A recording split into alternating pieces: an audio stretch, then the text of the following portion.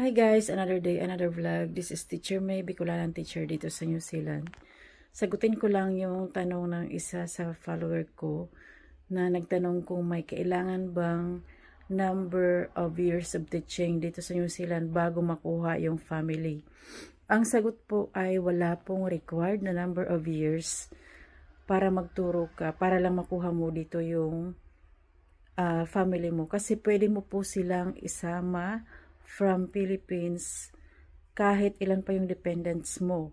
So that includes your partner or husband, kahit hindi kayo kasal, pwede mo pong isama.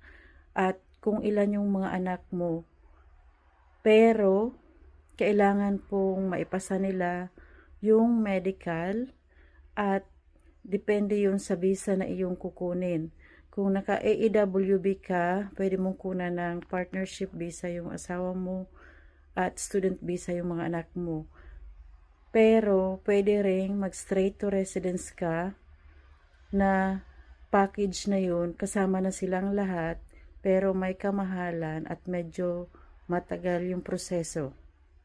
So, depende po yun sa inyo kasi kayo naman po yung gagastos ng pag-process ng visa at lahat ng gagastusin sa pag-process ng documents na isasama mo, like yung medical at yung mga plane tickets nila. So, wala pong required na number of years of teaching para makuha sila. Pwede mo silang isama on the spot kasi ikaw naman po yung gagastos.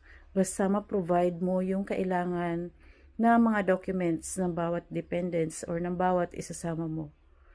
So, sana po may naitulong ang aking content. Thank you for watching. May other separate content po ako para sa medical. Thank you.